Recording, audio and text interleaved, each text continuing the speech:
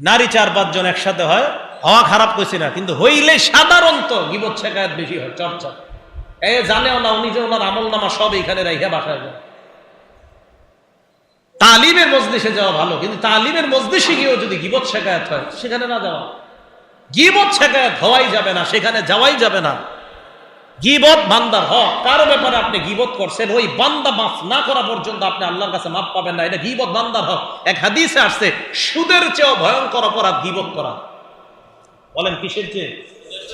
সুদ খাওয়া মানে আপন মায়ের সাথে ব্যভিচার করা, এর চেয়েও ভয়ঙ্কর অপরাধ গীবত করা। তো নারীরা বললেন, হুজুর আমরা মিথ্যা কথা বলবো না, আপনার কাছে বায়াত হলাম, আমরা আপনার নাফরমানি করব না, আমরা বায়াত হলাম। এই পর্যন্ত ঠিক আছে। যেই পীর সাহেবের দরবারের মধ্যে নারী পুরুষ একসাথে যায়, ওই পীর সাহেব এই হাদিস দিয়া দলিল দেয়, আল্লাহ নবী